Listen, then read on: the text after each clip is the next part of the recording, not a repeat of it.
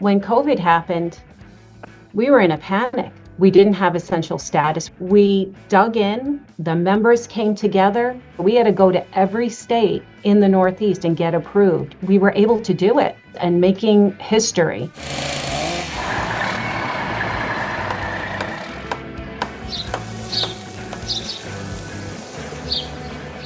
Welcome to another podcast of Stockton Delivered. We got another great guest for you all today, Rita Ferris, the president of the NRLA.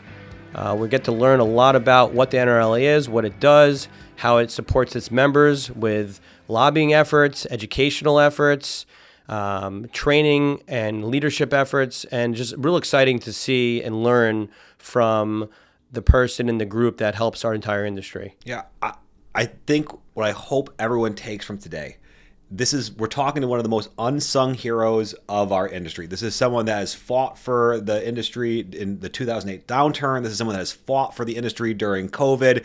I think a lot of the stories we're going to hear today are going to be very exciting. Yeah, totally excited. Very excited. It's a little different than our previous podcast, so get ready and let's take it away.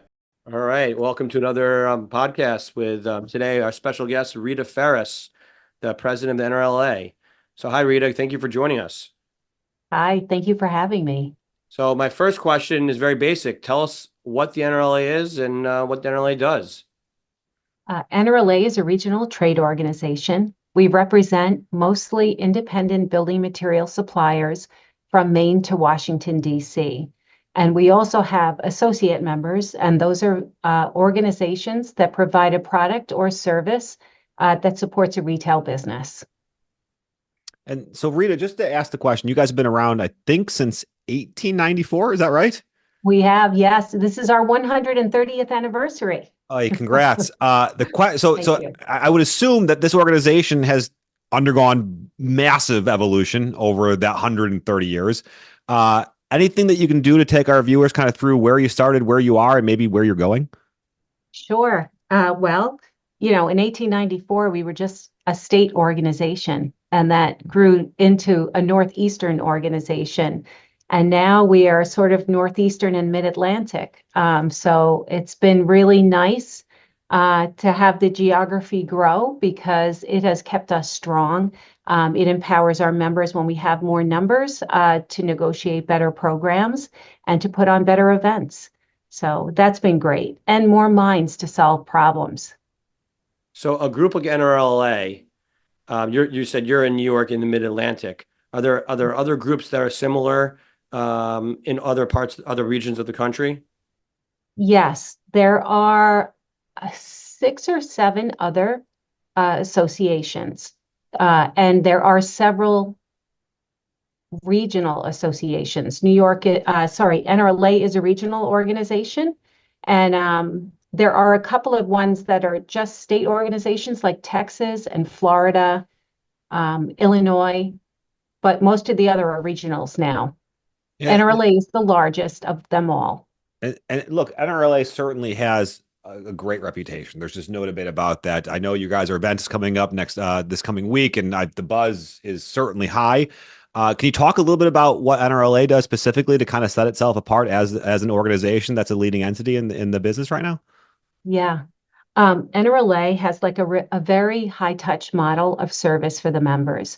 So we not only have our inside staff that put together over 120 events a year, we lobby at the state level, we lobby at the federal level, we produce a magazine, we produce more education than any other regional trade organization.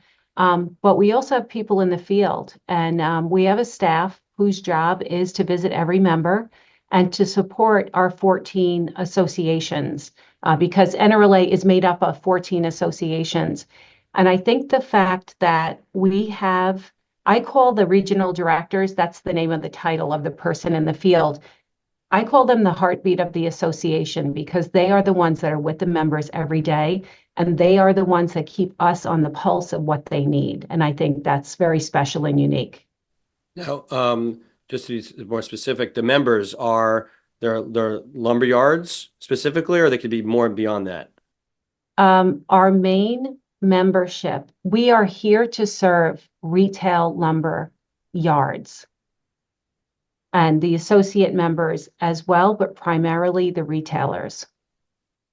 And you mentioned earlier that the independence kind of is where you cut your teeth.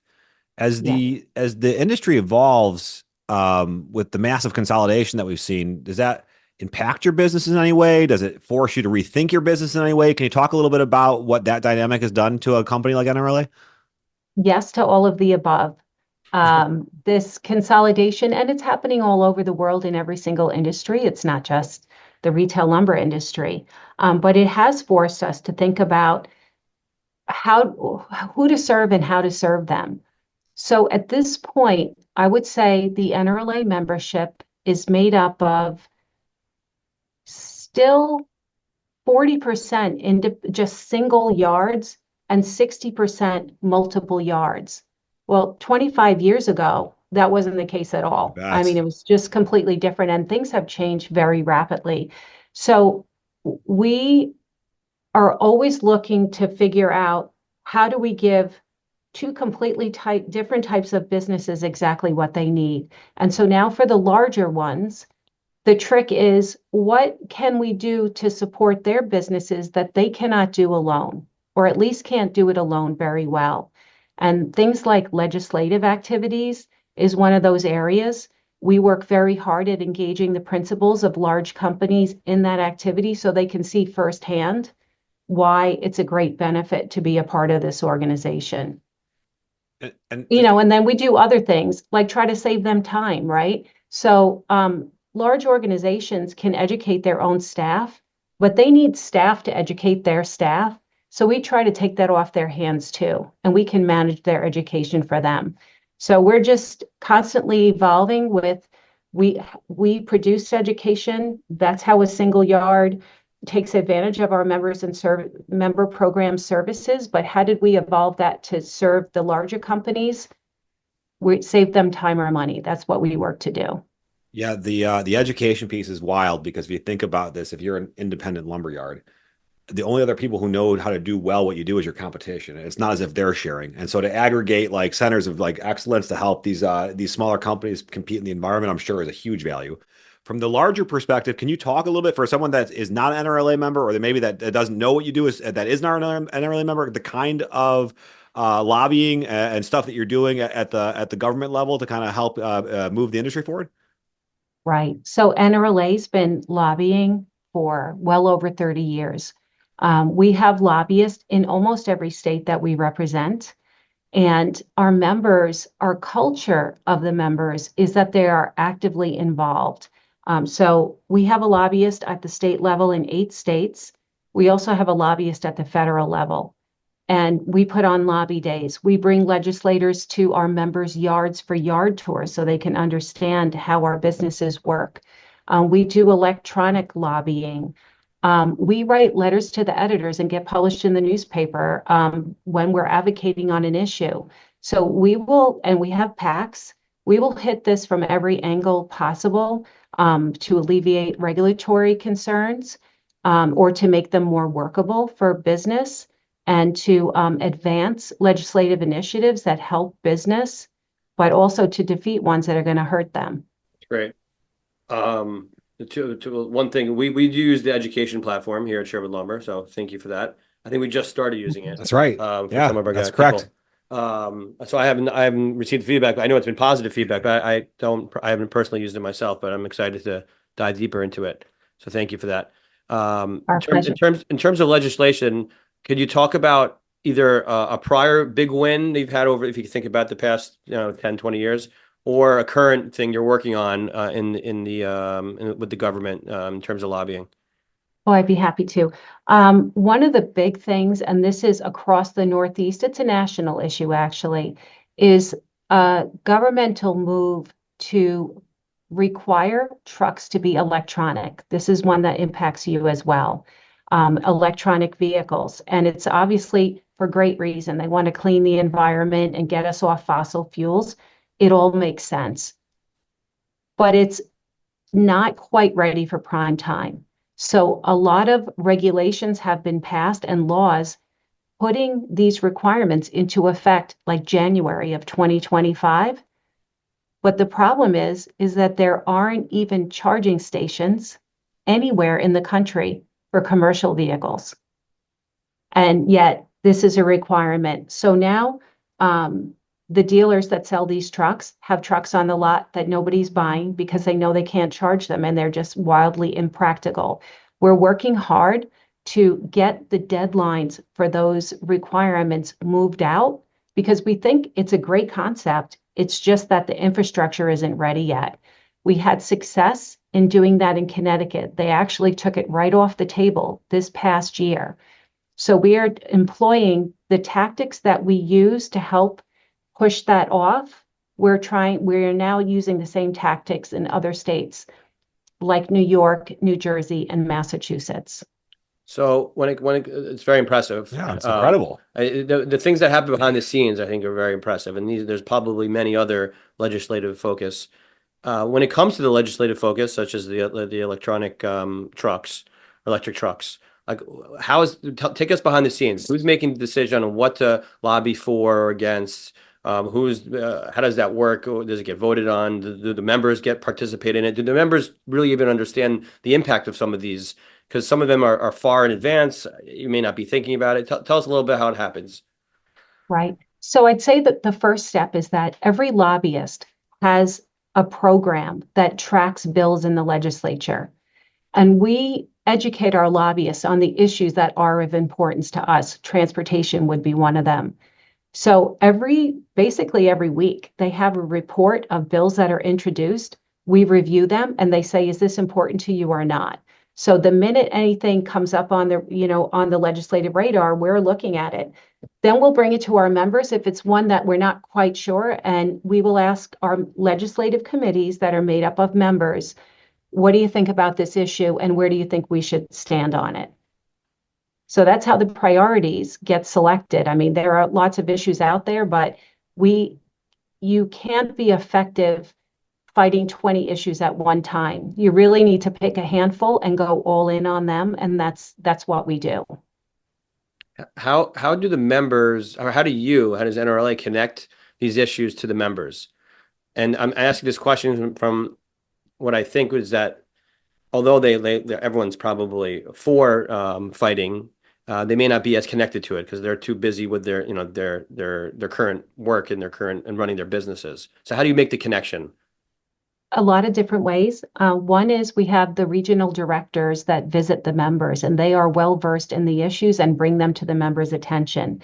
We also publish a magazine and have an electronic publication. The electronic publication goes out every week.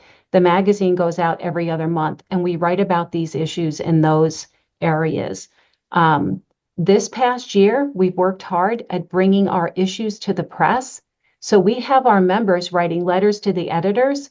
And once a member's name gets in the paper, we're not a huge industry in some ways. The word gets out and everyone's talking about it. And they're like, oh my goodness, you are really making an impact. And they want to get involved as well. We also send them electronically opportunities to weigh in on these issues. And it's basically electronic lobbying. Here's a letter. You can make it your own if you would like. If this already says exactly what you think about it, please put your name on it and it automatically gets sent to a legislator. It takes a second to do. That's incredible. I had no idea. I appreciate you sharing that. I'm going to move a little off of the lobbying portion. Sure. I want to talk. So you're in constant communication with these lumberyards. I guess a two-part question. Question one is, what are the major trends you're seeing that are impacting these lumberyards today? And then number two, what is NRLA doing to kind of support making sure that they're ready for these trends to emerge? Yeah, I would say describe this past year as a roller coaster year, economically speaking. I think when we thought we were going to be up, we ended up being down and vice versa. And now we're in the twilight zone. It is a really weird time. But what we do is help our members be prepared. So in the area of education, we are beefing up our education on credit and collections, teaching our members best practices. Just as an aside, we also help protect them from scams because these scams are getting more and more sophisticated. So we're constantly alerting them about that. And we, at the LBM Expo next week, we have a former NAHB economist speaking to give the economic outlook. So we're constantly feeding information. We also hold executive roundtables, and those are groups of non-competing members that get together twice a year to work on building their bottom line. They share financials and everything about the inside of the business. And with a very educated facilitator, Ruth Kelly Grubbs is the one who facilitates our roundtables. We come up with really good ideas and ways to help build the bottom line. So just we're in your business. I think that's great. And those are confidential. And, obviously, if you're going to be sharing that information, that the information just stays between the group members. Of course. In the trade organization that we're a part of, we have the very similar roundtable, and it's very beneficial. I'm part of one. You learn a lot from others that you wouldn't learn anywhere else. Exactly. Great to see. It's a Best great. kept secret is your problem is not unique to you. That is definitely the best kept secret. Pretty liberating. No matter your size, no matter how many people and what you do, it's all the same general issues that you're dealing with. Yes. So I wanted to transition into a problem that I know you help your members with, a problem that has been around for a long time, and that's labor and talent shortages, or what appears to be shortages. Yes. Finding new people, finding new talent in our industry, in the construction building materials industry always seems challenging. Can you talk about what you've been doing now and what you've been done in the past? Because I know it's an ongoing struggle. Yes. I think this is one of the most exciting areas of growth for the association. NRLA has partnered with a Northeast Workforce Trade Coalition group. It's another 501c6 organization that was formed in part by one of our members. And what it is a collective of all of the trades that are looking to educate students about opportunities in the LBM industry. So it's home builders, it's unions, it's independents, all working together. And so they created this entity, which was literally born this year, but it took 7 years for this organization to get its feet. And NRLA was involved in this on day one. And now they are just lightning in a bottle. And they have come up with tools to educate second graders to high schoolers about all of the aspects of the industry, and they make it so easy to do. So we're encouraging our members to utilize these tools and to actually join that organization. We're partners with them, so that's been great. In addition, our state and local associations, how I mentioned we have 14 in our territory. They are taking this by the horns and starting to run with it. Our Vermont Association 3 years ago started a workforce development event with a high school that has now grown to have hundreds of students attending. And this thing has become so impactful that the state legislature is now contacting the Vermont retail lumber dealers to find out what they should be doing to help us with workforce development. Literally, the governor has gone and contacted them and said, what initiatives should I be looking at to help you? Other associations that we support of the other 14 are now starting to replicate Vermont's program. Congrats. You just think everybody we talk to over my 18 years in building products, it feels like when it comes to how they got into this industry, they stumbled onto it by mistake. To take a proactive approach to actually help people figure out that this is a real career path that you don't find by accident, but that you know what I mean? That's a very incredible proactive approach. Because we're all looking for it. We're all trying to hire, and we're all looking in unique places because there's not enough Vermont programs going on yet. I personally stumbled into the industry. I don't know about, I guess not so much but I never in a million years when I said, what do I want to be when I grow up? Was I talking about this industry? My first 5 years of being in the workforce, I never even considered it a possibility. That's encouraging. And it's great to see that the government's kind of seeing the value in this and supporting it backwards. A really interesting little side story on that.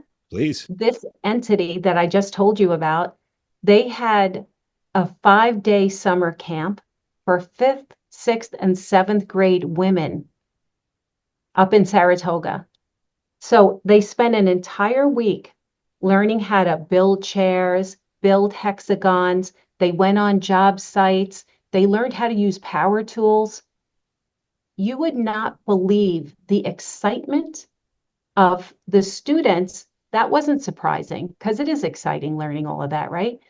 But the parents, who used to be the biggest obstacle because, they have preconceived notions about our industry, they are now showing up at coalition events advocating for the trades because they see how technology is such a big part of our world today, how construction isn't what it used to be, how, the retail part of the business is actually exciting and it's complex. Um, this is a really fun thing that's happening, and it's going to have a great long-term impact. There's no debate. What you guys are doing over there is certainly a proactive approach to advocate for the industry. Can we just want to talk about the inner workings of NRLA for a second? To be able to do this, can you speak to maybe some of the leadership philosophies, or like what are the principles that guide you? Kind of what's the guiding light that's making all of these things that you've talked about come true? Yeah. So our staff, we have about 17 staff people.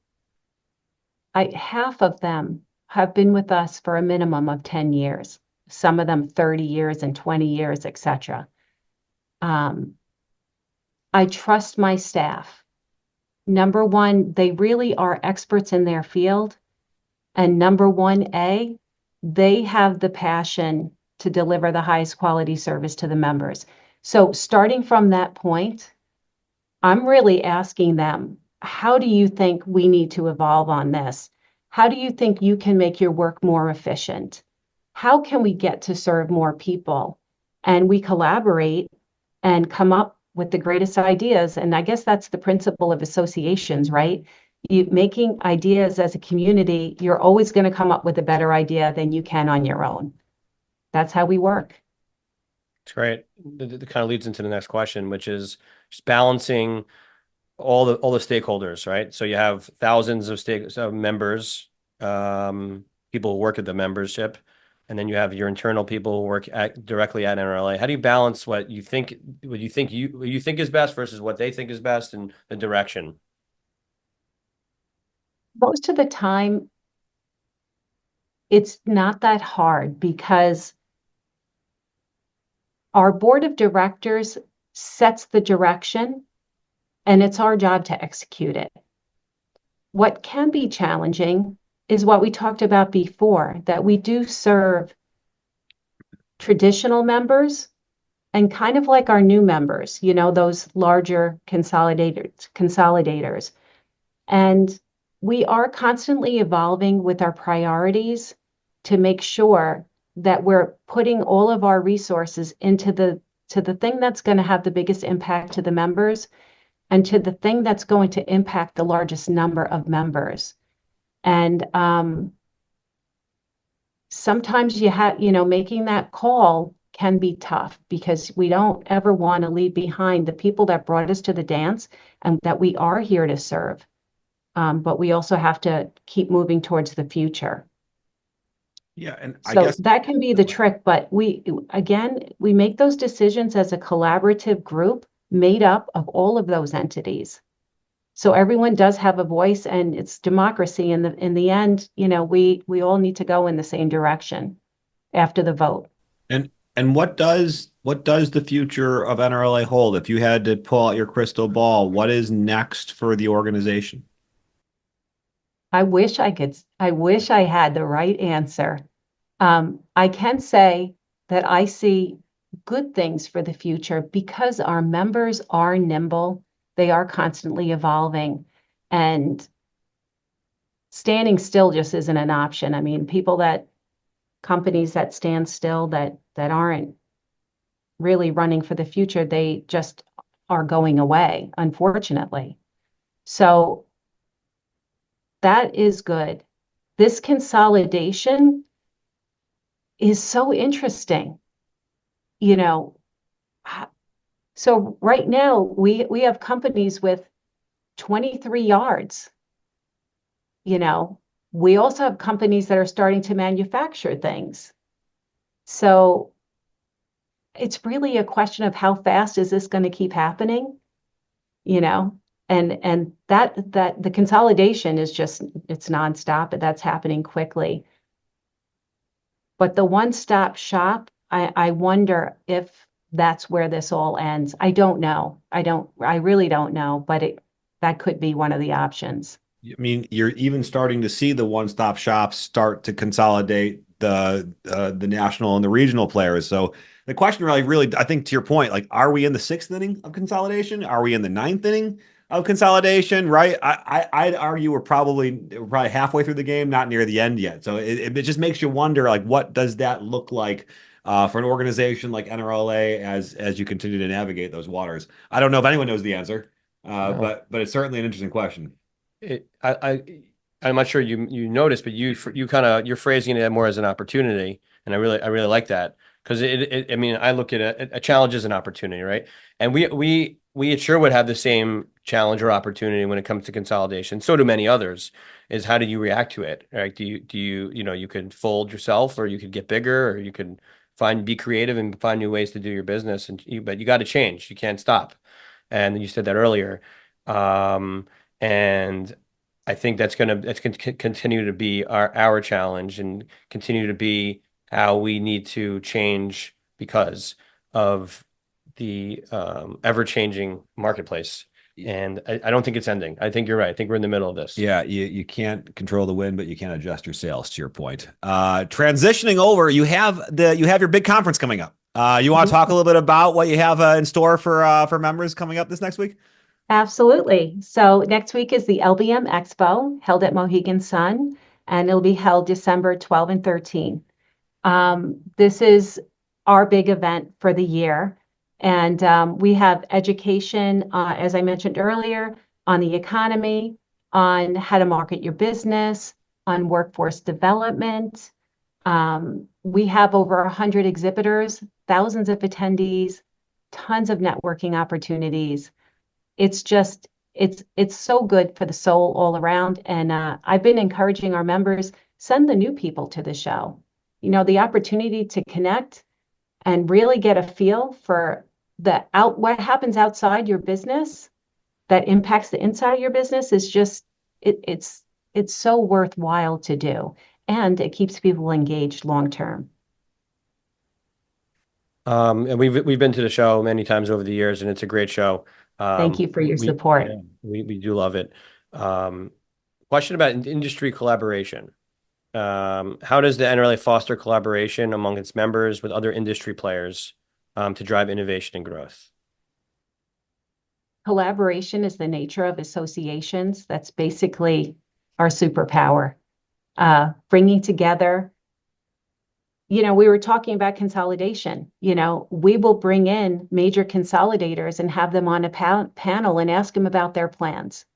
So that helps give retailers a picture about what's to come in the future. And we do that on every single topic. We collaborate to be successful with legislative, to buy insurance, just really in a million different ways. So I'm interested. We talked about before. You have 14 members within your group, 14 and sorry, so associations. 14 Yes. associations within under the umbrella, and there's other associations and other groups around the country. Tell us about the collaboration amongst all of those other groups with the NRLA. How does that work? And does NRLA and just a second part of that question, does NRLA have like growth aspirations to be larger than their current and collaborate even further with them? Absolutely. So NRLA already collaborates with our neighboring association, which is called the Building Material Suppliers Association. They represent retailers in North and South Carolina, Virginia, West Virginia, Ohio, and Tennessee. So we produce online live education, and we share it with their members. So we have like a business partnership that way. Also, at the federal level, we coordinate with the Construction Suppliers Association, and they have 5 states down south. So when we lobby, we're not just NRLA's 11 states, we're 16 states as a group. That's very cool. So I'd like, if it's okay, Sure. we have a couple of segments we do every podcast. The first of which is called Saw It Coming, double entendre to both the future and the saw for lumber. Love it. So these I see what you did there. we're good at asking questions. We're not great at coming up with segment names. But that being said, if you could point out anything happening right now that you think the industry is not paying enough attention to, what would you call out? It's probably the workforce development, honestly. I think people just don't think they have the time or can't make the impact.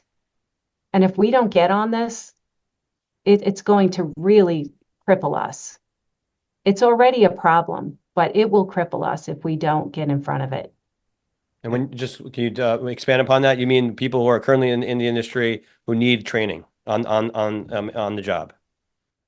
I mean, I mean starting earlier. So it's sort of, yeah, and you could see I get it. Our members they're already have more than they can handle on their plate every day. This activity requires making time for something that you will not see the payoff for quite a while, but we have to do it. It's just like legislative, It's if you don't get in there, then you're going to be on the plate, right? You're going to get eaten. Same thing with workforce development. If other industries are there, educating students and getting in front of them and showing them the opportunities, and we're not there, it'll just keep being the accident that it always was. And it's not going to support us well enough in the future. And not just us, home builders. I mean, if home builders aren't building, we're not selling. That's right. Yeah. Amen. At Sherwood, we often say, for this company to be great, we need leaders to plant seeds, the shade of which they know they'll never sit. And it sounds like you're saying something very, very similar. Is that even though it might not impact you right this second, it's definitely a silent killer if you don't pay attention to it. And so you might not see the fruits of your labor, but the industry definitely will bear itself at some point. And so for that, just a follow-up question: what advice would you give to these businesses that are preparing for these changes? What is the advice that you tell them when they're in this expo, when you're in these meetings? How does that look? I would say attend the education sessions, talk to other retailers, join a roundtable.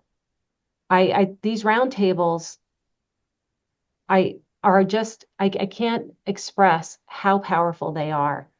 How they give you control of your business and keep you from working on the small things and not the big things that will truly help you advance your business.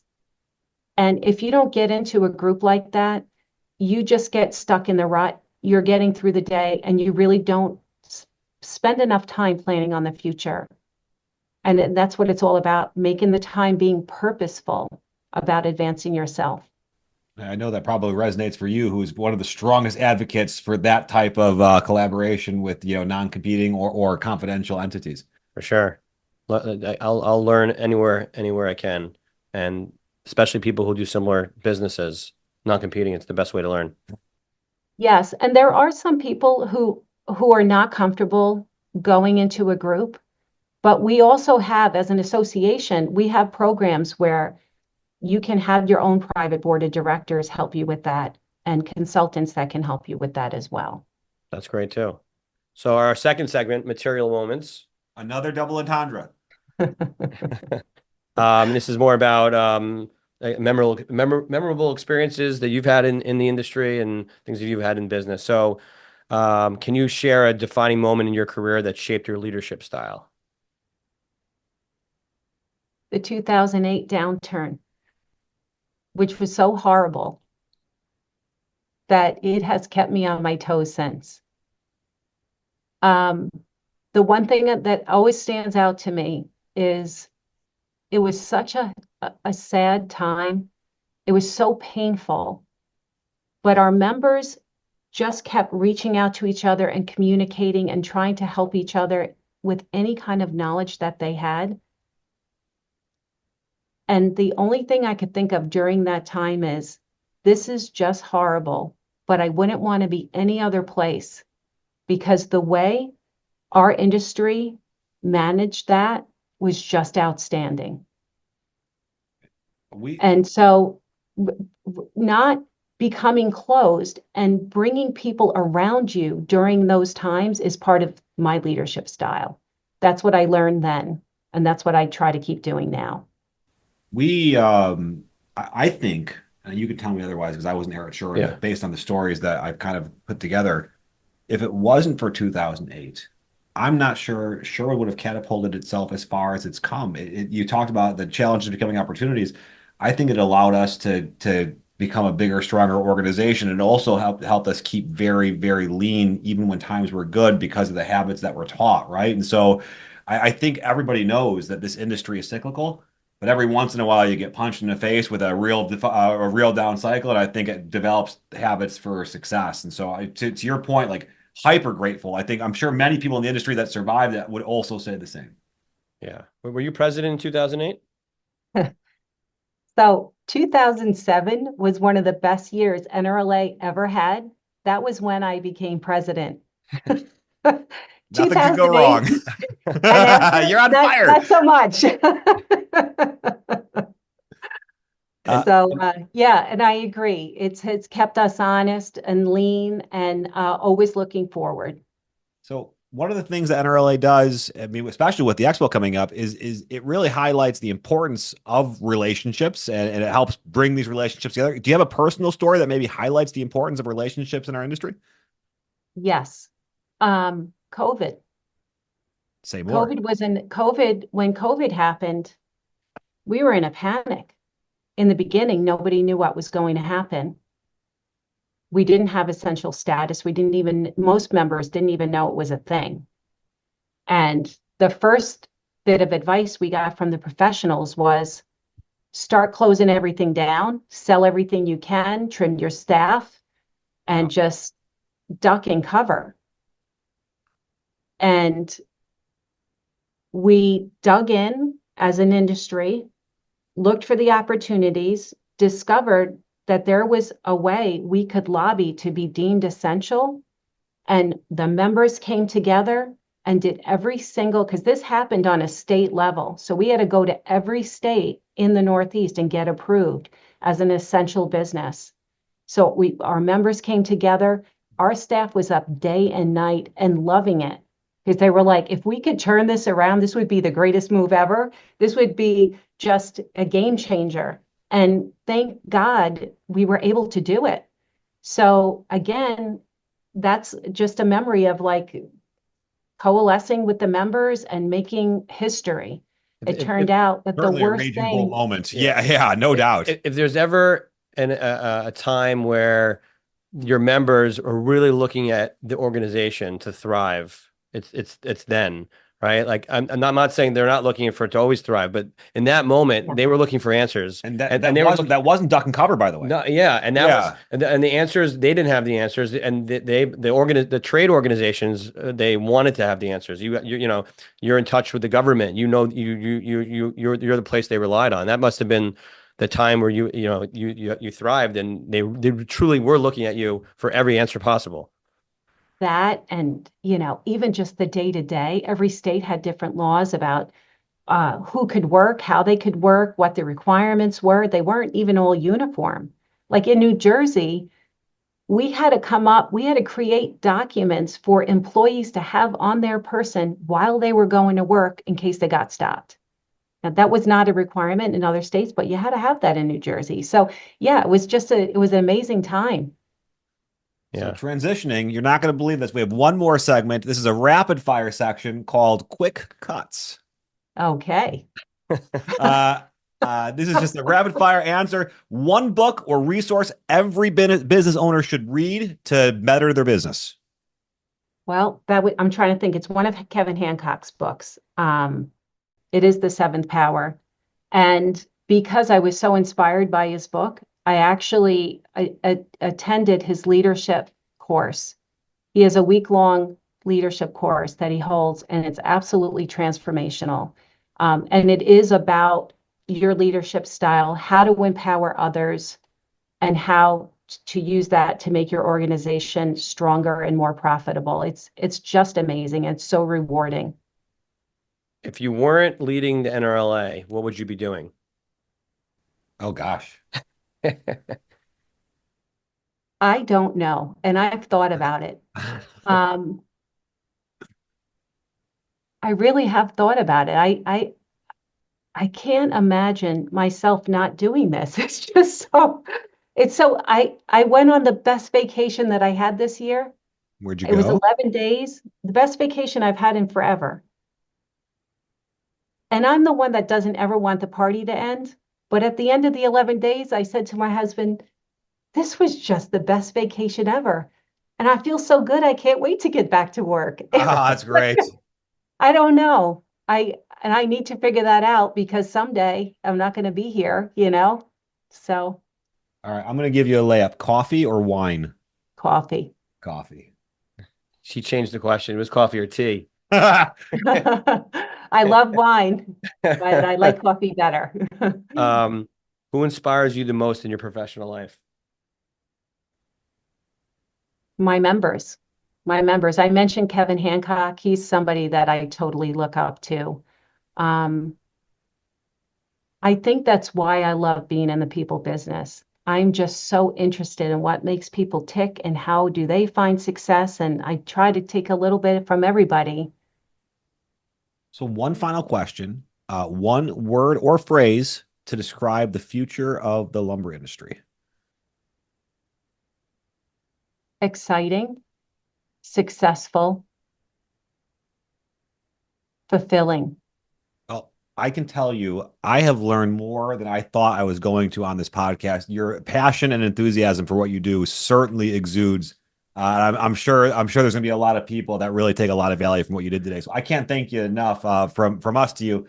Mike, any final closing thoughts? I was looking forward to this because our typical podcasts are really people in the industry who are selling something every day.